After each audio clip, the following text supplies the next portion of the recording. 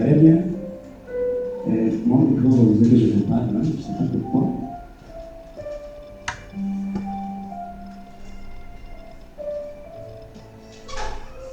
Qui était là? On peut s'asseoir. Qui était là dimanche passé? Qui était là? Ok. Malheureusement, désolé pour vous, il n'était pas là. Mais aussi, ne vous en faites pas, je ne veux pas continuer comme il a continué. Mon grand frère disait, lève-toi et voilà, vous allez dire ce que vous voulez après. Déclame, marche, proclame, vole, c'est pas voler dans le sens négatif, c'est s'envoler.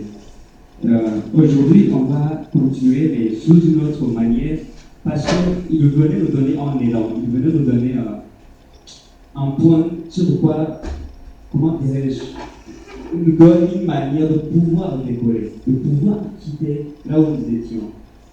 Nous commencions la marche à partir de ce qu'ils nous ont enseigné dimanche passé. Aujourd'hui, on va continuer, mais on va parler d'un thème que je crois que le frère va présenter bientôt, Israël dans le désert. J'ai très bien choisi, ce n'est pas Israël dans le désert, mais c'est l'Israël dans le désert. Israël est un peuple que Dieu s'est choisi. Là, je ne veux pas trop détailler, vous saurez bien le lire dans Deutéronome 7 à 9. Je ne veux pas trop détailler sur là. Mais aussi, Israël est quelqu'un. Qui se rappelle de qui c'est? Jacob. Israël est le nom que Jacob a porté après avoir rencontré l'ange de l'Éternel. Israël, c'est le nom, il s'est même pas qu'il a eu, après avoir rencontré, et l'ange, ce n'est pas seulement se rencontrer, ils se sont battus. Qui se rappelle sa conversion? Certaines personnes se sont battues. Il vient te dire non, pas encore, il vient te dire non, pas encore, jusqu'à ce que tu comprennes. Et là, tu diras comme Jacob, je ne veux pas partir sans que tu m'obéisses. Amen. Israël, alors, c'est son nom. Aussi, d'une manière intrinsèque, ça veut dire le choix de Dieu. C'est pourquoi j'ai préféré qu'on garde l'Israël. Tu es le choix de Dieu. Tu es l'Israël. Alléluia. Alors que tu es son Israël, dimanche passé, je te disais, arrête de te comporter comme ça parce que tu es mon choix. Arrête de rester par terre. Lève-toi et fais ce qu'il faut faire. Alors aujourd'hui, c'est vrai que tu as commencé à marcher, tu as commencé à peut-être emboîter le premier pas, mais arriver quelque part, le soleil est accablant. Arriver quelque part, il y a le désert. Arriver quelque part, alors que tu as commencé à marcher, tu arrives à quelque part, et là, le désert et les réalités du désert commencent à s'attraper. Tu vas dire, est-ce celui qui me disait, lève-toi et marche, alors que je commence à vivre le désert? J'ai choisi un texte exprès aussi, Exode 15, 22 à 25. Je l'ai choisi exprès. Pourquoi? Parce que c'est Exode. Ça veut dire quoi, Exode? Quand j'étais en géographie, on nous a appris ce qu'on appelait Exode rural. On quittait les villages pour aller dans les villes. Exode, c'est ce déplacement, ce moyen de dépeupler quelque part pour peupler quelque part aussi. C'est ça, Exode, c'est se déplacer, ce moyen de se déplacer. Moi, je crois que si on sait, on a appris et on a gardé à cœur ce qu'on écoutait dimanche passé, on commencera à dépeupler cet état où on était un peu dans l'esclavage, je ne sais pas, on subissait ce qu'on n'avait pas compris. Comment on va nous dire le temps de la fin? Vous voulez que je n'arrête pas?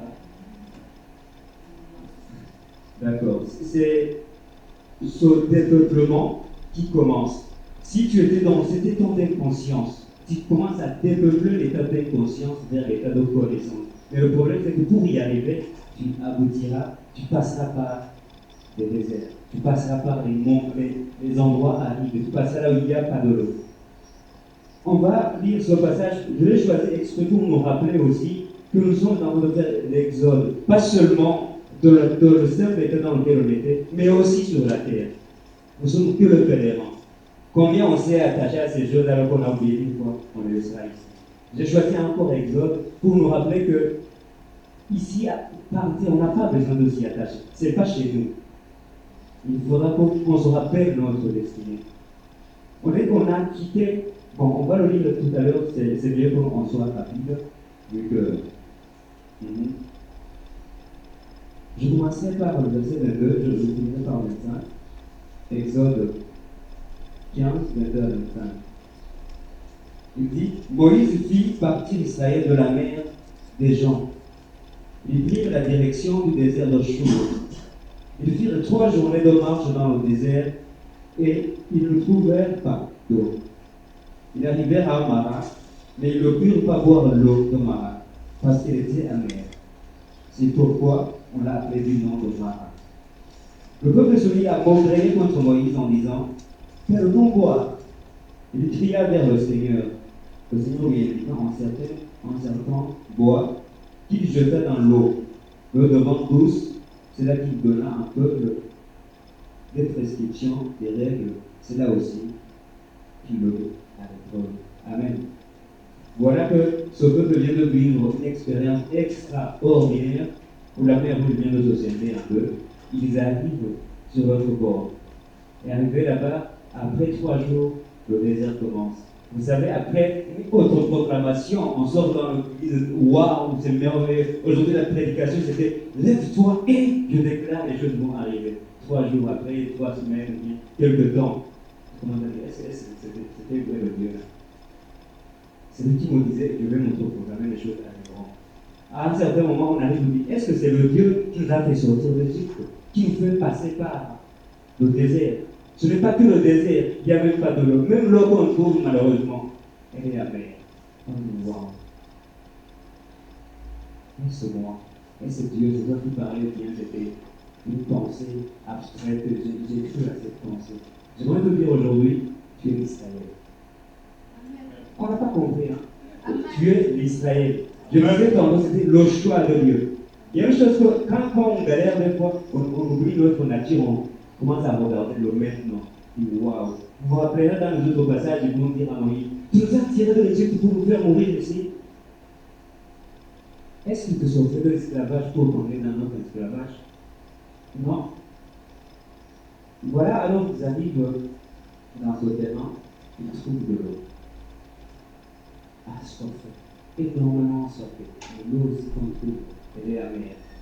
Vous savez, il y a certaines conditions quand on y arrive dans la foi, surtout après avoir rencontré Christ, on est trop joli. Ah, tout est beau, tout est parfait en Christ, tout est beau.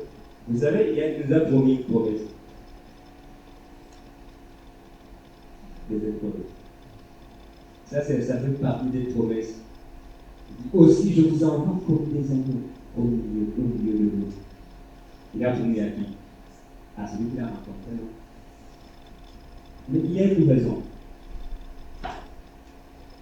Ils arrivent dans le désert, l'eau est amère. Qu'est-ce qu'il faut faire? On commence à regretter, hein? On commence à comparer l'amour de Dieu et la circonstance humaine. Est-ce que vraiment Dieu nous aime? Ils vont mourir desséchés sans eau et les Philistins qui sont forts d'à côté, bientôt ils vont arriver, ils vont commencer à nous prendre. Ces gars qui sont très forts dans la guerre. Aujourd'hui, on appelle Palestine. Ils arrivent dans cet endroit, l'eau est tellement amère. Comment ça crier à l'Éternel? Ce qu'ils avaient oublié, c'est leur identité. Ce qu'ils avaient oublié, c'est combien, miraculeusement, ils ont traversé la mer Rouge, la mer des réseaux, comme on l'appelait. Arrivé à cet endroit, on commence à se dire, mais waouh, là Dieu nous a abandonnés. Vu mon épreuve dans laquelle je suis, c'est pas évident que Dieu est toujours avec moi. Et là, on commence à comparer l'épreuve et le châtiment. Peut-être que j'ai fait quelque chose. Peut-être. Il y a des fois, tu n'as rien fait. C'est juste l'épreuve. C'est juste les circonstances. Il fallait que tu passes par là. Vous savez, on dit que leur chemin pouvait prendre que 2 mois. Mais le chemin d'Israël a fait combien? 40 ans. C'est pas parce que le Seigneur ne savait pas qu'il y a un chemin de 2 mois. Mais il a fait exprès qu'il fasse le contour, afin qu'il puisse mûrir avant d'arriver à Canaan. Arrivé alors dans cet endroit qu'on appelle Mara, l'eau amère, Moïse va faire un miracle. Il va prendre un petit bout de bois, il va le plonger dans l'eau. Et l'eau deviendra douce. Vous savez, quand je disais ça, j'ai compris une chose. La plupart des fois, quand on arrive à un endroit, on commence à dire waouh, qu'est-ce qui se passe? Mais aussi, j'ai trouvé une raison valable, encore qui manifeste l'amour de Dieu malgré les épreuves. Moi, je pense que si l'eau n'était pas amère, c'est dans le désert, non? Est-ce que le peuple d'à côté ne pouvait pas en boire? Si elle n'était pas amère, qu'est-ce qui allait se passer? Est-ce que vous croyez que les Israélites allaient le trouver? Il y aura des gens qui auront déjà vu ça. Il fallait que l'eau reste amère pour être réservée pour les Israélites. Alléluia. Amen. Si l'eau n'était pas amère, les autres peuples d'à côté l'auraient tué. Mais il a fallu que les restes amers, parce qu'avec Dieu, l'amertume passe. Avec Dieu, l'amertume change en douceur. Alors il fallait qu'ils viennent avec Dieu. Quand tu es Israël, les choses amères deviennent douces.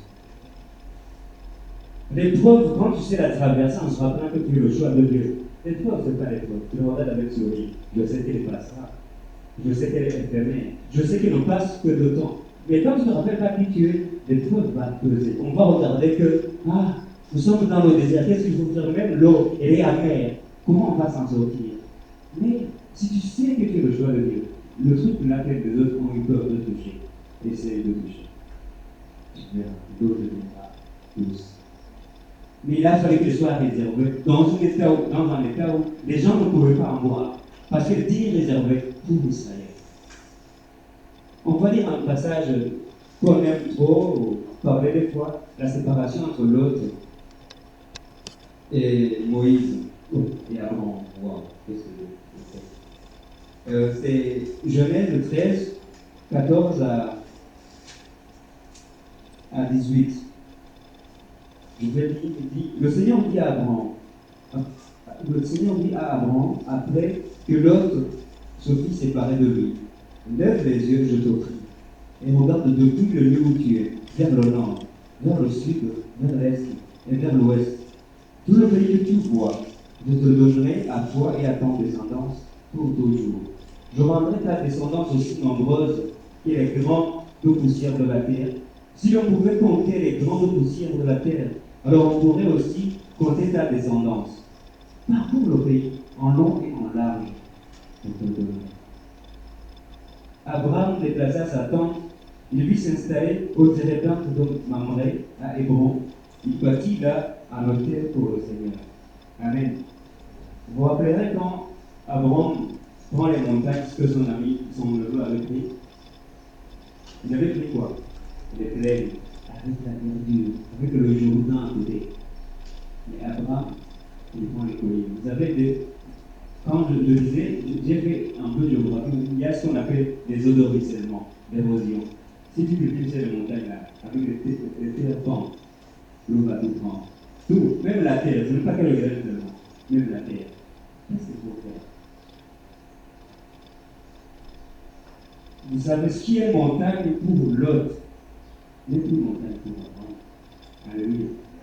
Vous savez, quand tu es le choix de Dieu, ce que les autres ont peur, ce que les autres rejettent, quand tu y arrives, ça devient la source de bénédiction. Il a fallu qu'Abraham soit sur la montagne pour qu'il puisse voir l'horizon.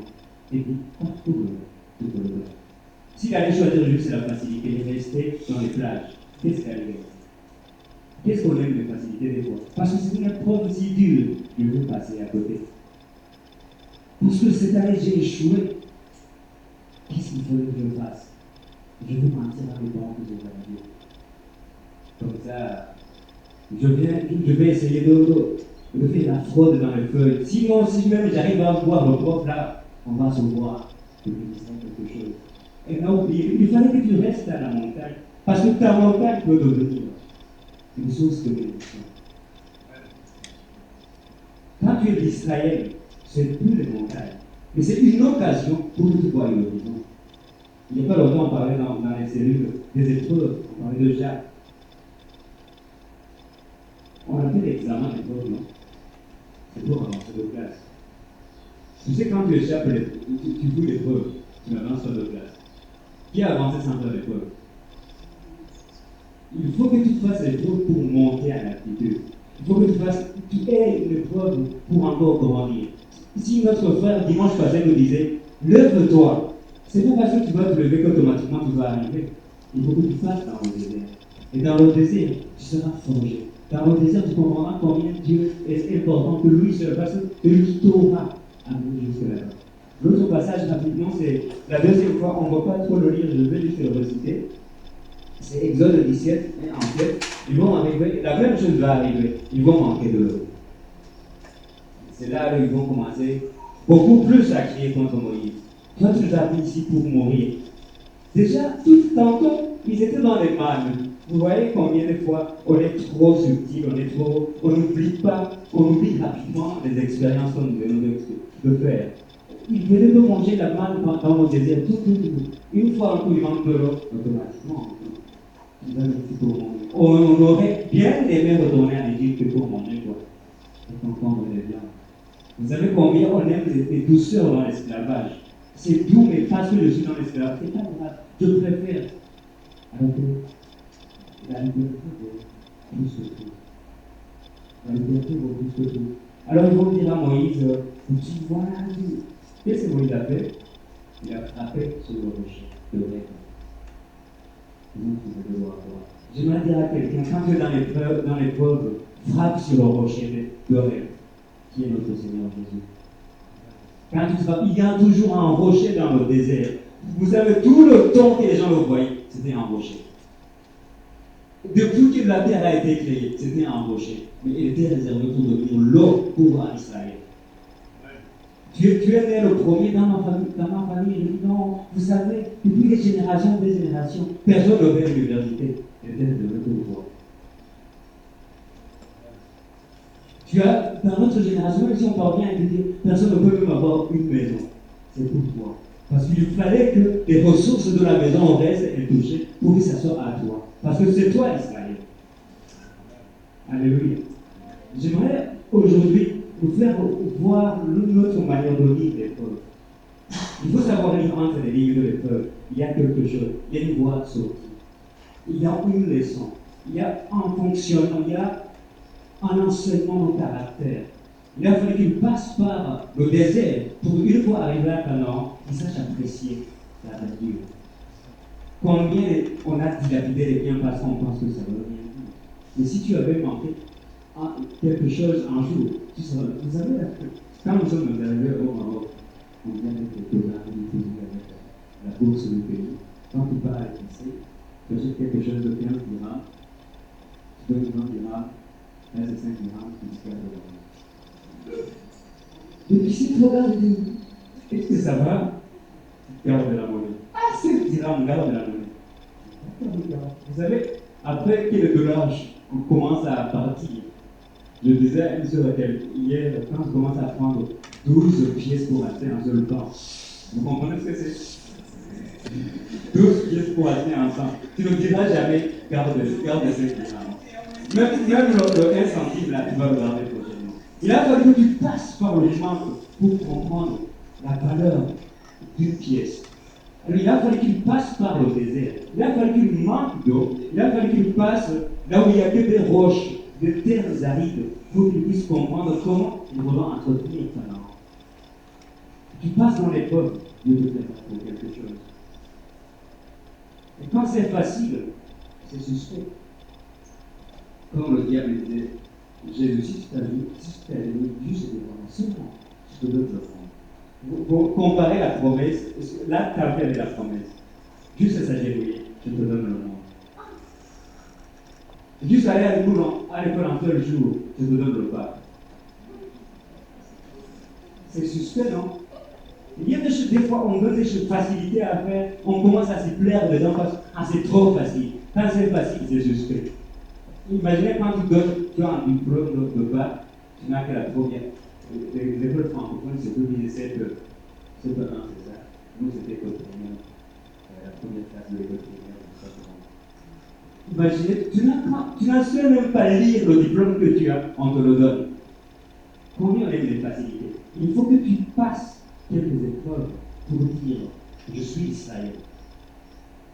je suis le choix de Christ pour être dans les cieux. Qu'est-ce qui s'est passé? Pour qu'il soit élevé au-dessus de tout. Même qu'il soit abaissé au-dessus de tout. Des fois, vous ne pensez pas là.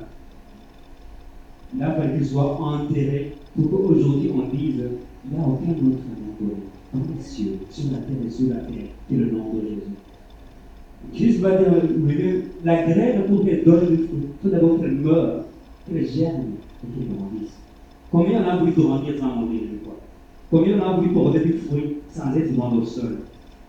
C'est pas grave. Cette année, ça va pas marcher. Ça marchera l'année prochaine. Celui qui sème avec l'arbre récoltera avec les champs d'allégresse. Tu diras un jour, si je n'étais pas passé par là, je ne serais pas gardé. Si je n'avais pas dit un jour garde de la monnaie, je ne saurais pas savoir combien 10 centimes sont importants.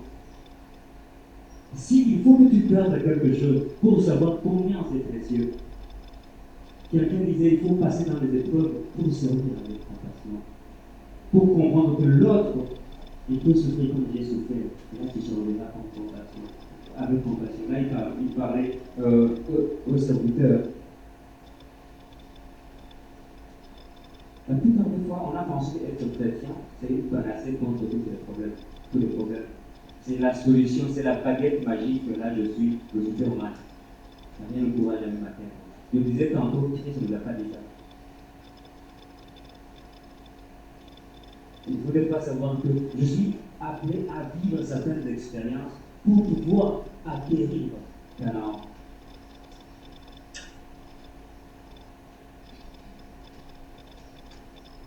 Ésaïe 26, le verset 3 dit à celui qui est ferme dans ses sentiments, tu assures la paix.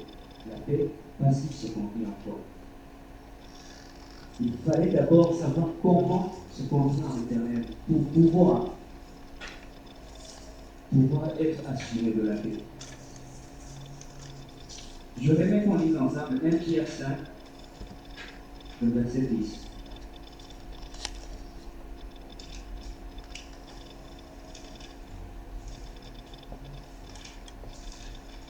Et Pierre 5, le verset 10. Vous parlez que le Dieu qui vous a appelé en Jésus-Christ à sa gloire éternelle, après que vous avez souffert peu de temps, vous perfectionnera lui-même, vous affermira, vous rendra vulnérable. Le Dieu qui vous a appelé en Jésus-Christ à sa gloire éternelle. Il commence à mettre l'intervalle de confiance pour ceux qui sont au fond des statistiques. Il vous a appelé en Jésus-Christ à la gloire. Il y a l'état d'aujourd'hui et en quoi je suis appelé. C'est à la gloire. Mais entre-temps, au milieu, on dit après que vous avez souffert un peu de temps, afin que vous soyez perfectionnés, affermis et rendus inébranlables. Voilà ce que le désert nous fait des fois. C'est, le désert, quand on est dans le désert, on comprend bien qu'on n'a pas besoin de 5 terribles de rechange, 5 habits, 10 habits, tout ça là. Il faut ajouter l'essentiel. Parce que le soleil sera accablant. Parce qu'il faut juste prendre. Mais je vais dire le bidon d'eau. Il faut juste prendre un récipient pour ne pas dire le bidon. Je n'ai pas de copie. C'est de la triche. Il faut prendre un récipient pour dire ça, c'est tout ce que j'aurais besoin. Les sandales seulement. C'est même pas les bottes parce qu'il fait tellement chaud. On prend juste l'essentiel dans le désert. C'est juste comprendre combien j'entretiendrai, j'entretiendrai le Canaan une fois que j'arrive. Aujourd'hui, j'aimerais qu'on ne doute pas. On ne doute pas de l'amour de Dieu parce que nous sommes dans l'école. Qu'on ne doute pas dans l'avenir meilleur parce que nous sommes dans l'école. Qu'on ne doute pas d'arriver à Canaan parce que nous sommes devant Mara. Qu'on n'arrive pas à douter d'arriver à Canaan parce qu'il y a un rocher devant toi. C'est le rocher même qui deviendra le rapport. C'est la montagne sur laquelle tu es en train de gravir qui deviendra ta demeure, qui fera ce que tu puisses voir l'horizon et bien la demeure.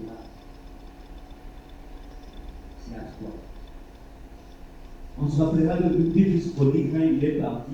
Celui qui est resté à la maison, il rentre le tout pour les mondes de foyers. Depuis tant que je te sers, je travaille chez toi, papa. Je viens de manger gros pour fêter avec mes amis. C'est lui qui quand il voulait venir. Mais mon enfant, tu es resté avec moi. Tout ce que j'ai, c'est à toi.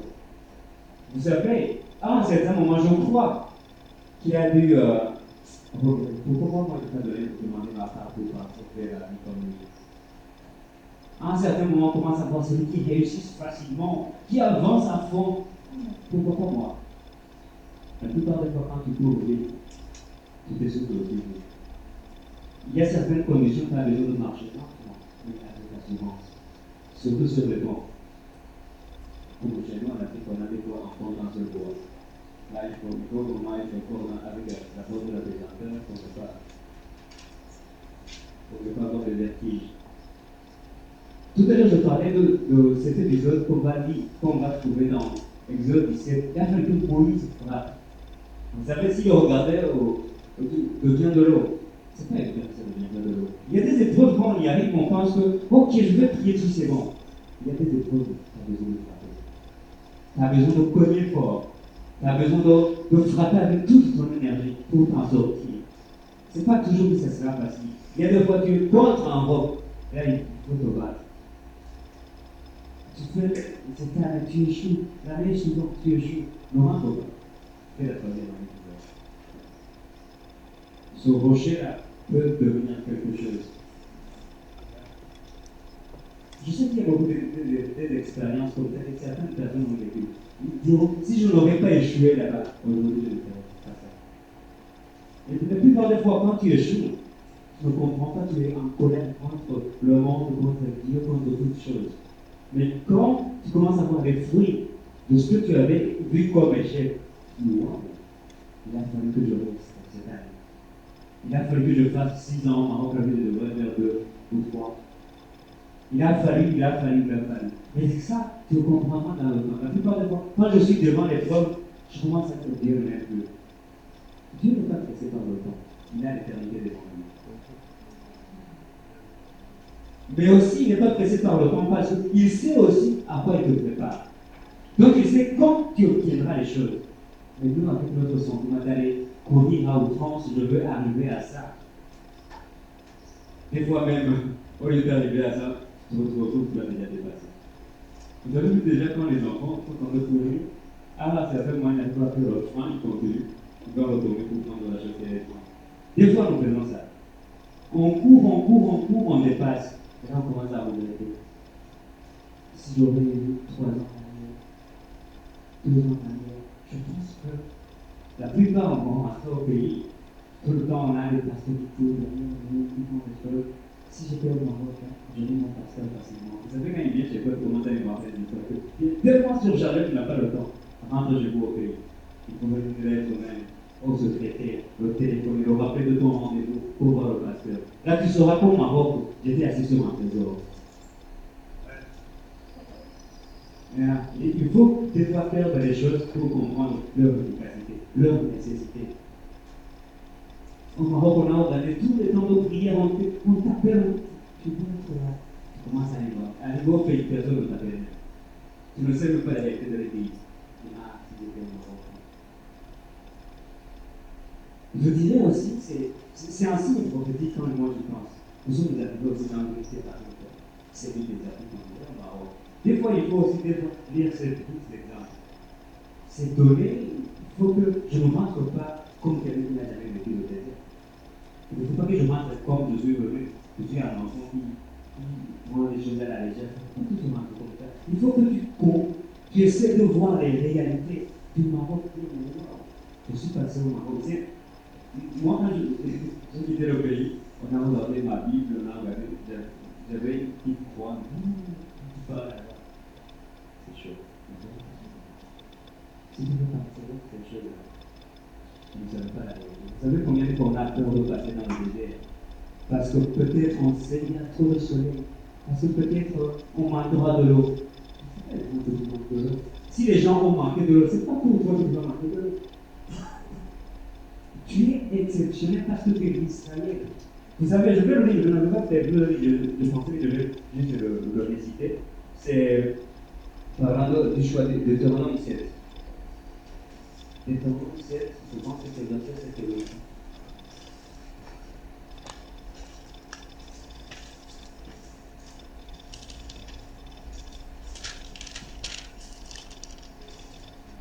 Deutéronome 7, le verset 7 et 8. Ce n'est pas parce que vous surpassez en nombre de tous les peuples que le Seigneur s'est pris de vous et qui vous a choisi, car vous êtes le plus petit de tous les peuples. C'est parce que le Seigneur vous aime, parce qu'il a voulu garder le serment qu'il avait fait à vos pères, que le Seigneur vous a fait sortir d'une main forte, il vous a libéré de la maison des esclaves et de la main du Pharaon, le roi d'Égypte. Moi, je me demande, est-ce qu'il y avait que Israël comme nation? Est-ce qu'il y avait que Israël qui était dans l'esclavage? Et Dieu a voulu choisir Israël. C'est là où la plupart des fois on commence à dire ma génération, mes grands-pères ont échoué, forcément, je veux échouer. Pourquoi tu penses que tu dépends des autres?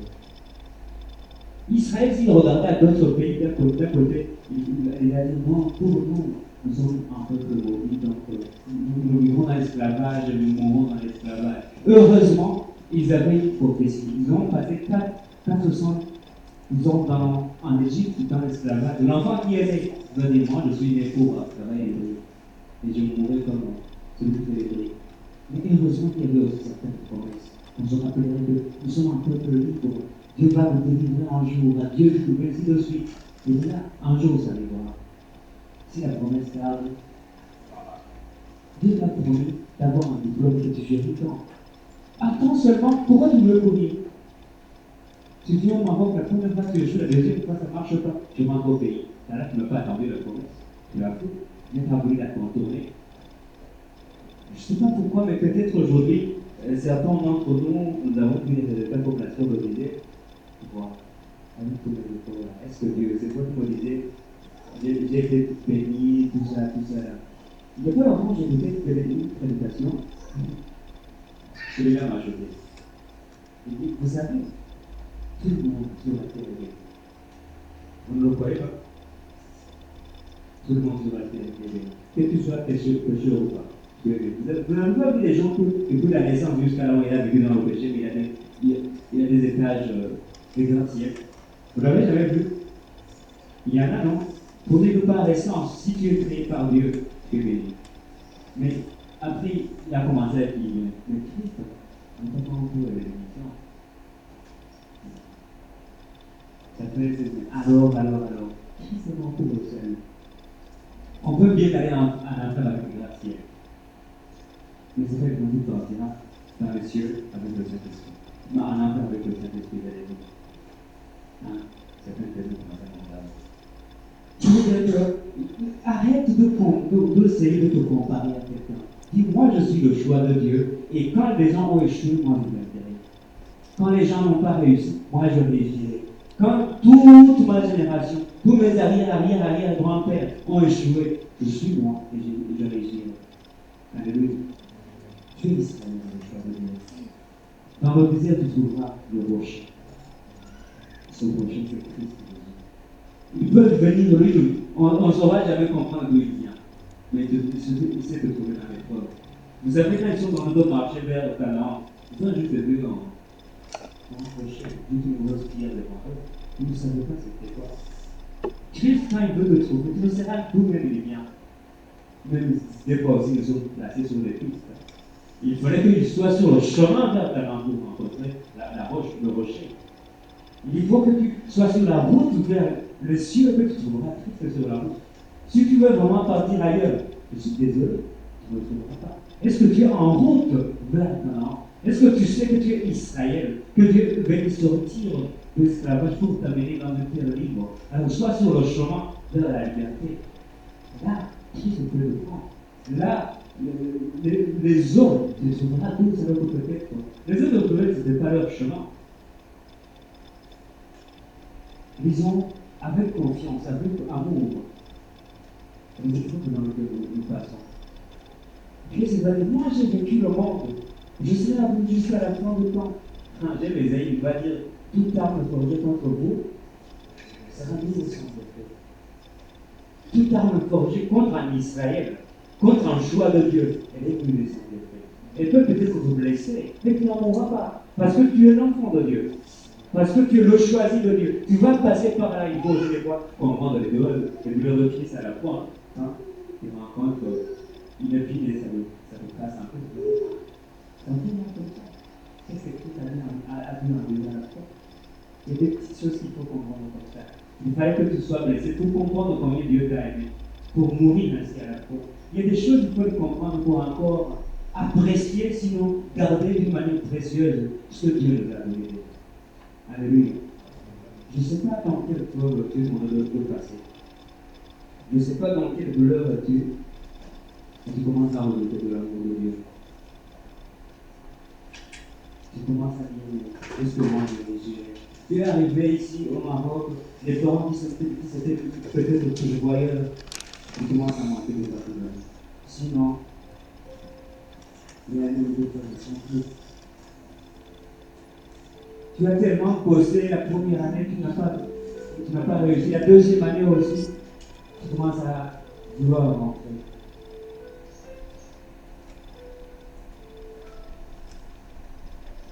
Nous allons prier. Non pas pour dire, Seigneur, sors-moi de l'épreuve, mais que je rentre de l'épreuve. Parce que je sais qu'après l'épreuve, je pourrai voir l'horizon. Après avoir monté cette montagne, je verrai l'horizon. Si nous avons l'oreille musicale, on a entendu la chanson. Il n'a pas dit que tu couleras. Mais seulement lui, il a dit, il faut qu'on aille sur l'autre bord. Et c'est Dieu qui l'a dit, ce n'est pas n'importe qui l'a dit. Il sait qu'on arrivera à l'autre bord. Il ne leur a pas prévenu juste des aléas climatiques qu'ils vont rencontrer. Il ne t'a pas prévenu qu'il faudra que tu trouves à monter les montagnes. Il n'a pas dit que quand tu partiras au Maroc étudier, tu n'échoueras jamais. Qui t'a dit que tu n'allais pas échouer? Oui, c'est vrai, nous sommes dans la perspective de gagner. Mais tout est après combien de temps?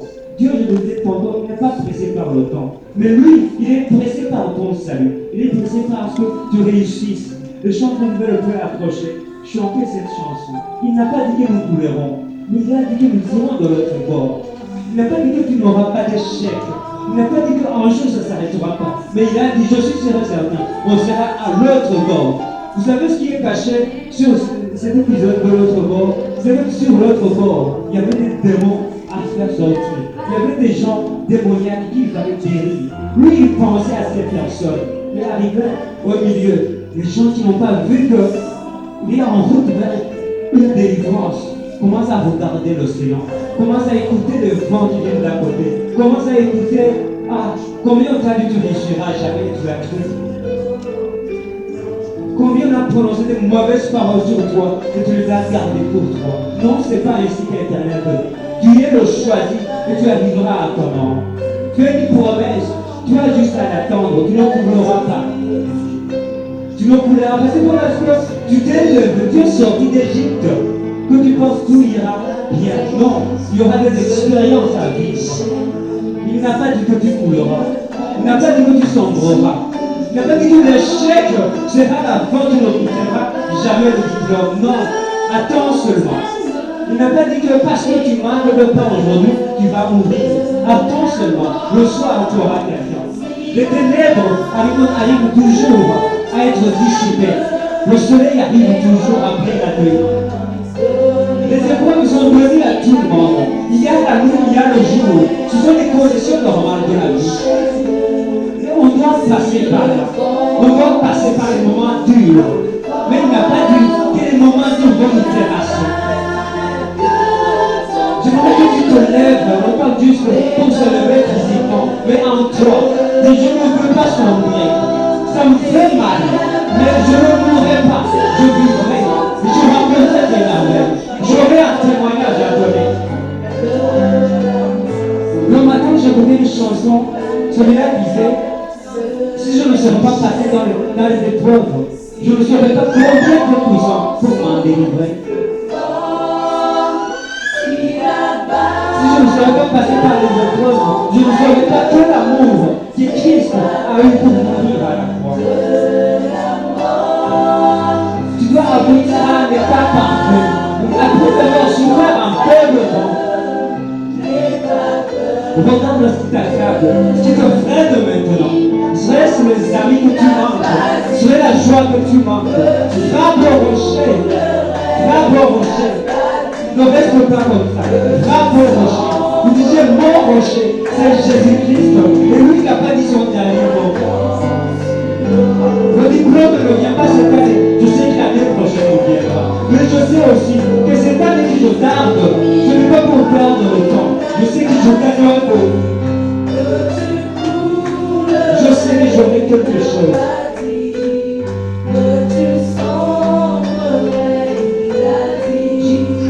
Rappelle-toi que Jésus fait le choix de Dieu. Tu es l'Israël. Tu as été choisi parmi une multitude. Au monde, il y a 7 milliards de gens. Mais ce n'est pas tous qui le connaissent. Alléluia. Il dit parce qu'il connaît mon nom, je le guérirai, je le protégerai. C'est Dieu qui fait la promesse. Parce qu'il connaît mon nom, je le protégerai. Il s'est fait connaître à toi. Celui qui a donné le Fils unique à la croix, ce n'est pas un diplôme qu'il ne va pas te donner. Ce n'est pas l'argent qu'il ne va pas te donner pour pouvoir survivre. Ce n'est pas le toit qu'il ne va pas te donner. Ce n'est pas les amis qu'il ne va pas te donner. Tu ne vas pas sombrer dans les pauvres. Tu ne vas pas sombrer dans la solitude. Dis-toi, je suis le choix de Dieu et j'avancerai. Lorsque le Pharaon me retient, je sais que Moïse viendra. Je sais que le nouveau Moïse est venu, c'est Christ.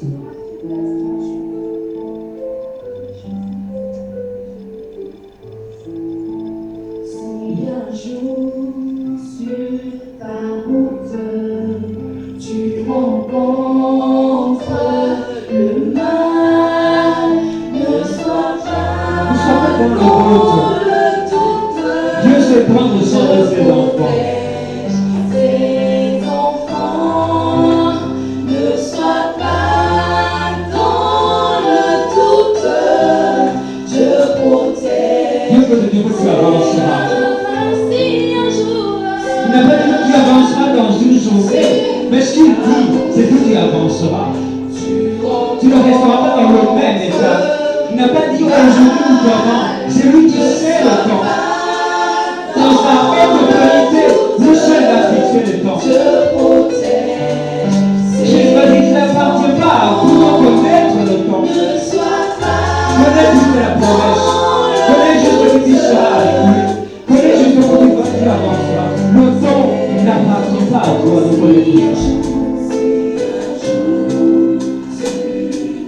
tout ça. Tu rencontres le mal. L'eau amère sera l'eau douce. Le rocher sera l'eau à boire. Les montagnes seront une source de vision longue. Seront une source de voir l'horizon qui viendra le temps. Il a fallu que j'emmène de pouvoir ce qui arrivera après. C'est pas grave, la montagne est si dure. Montre-toi, reste-y. Tu veux le choix de Dieu.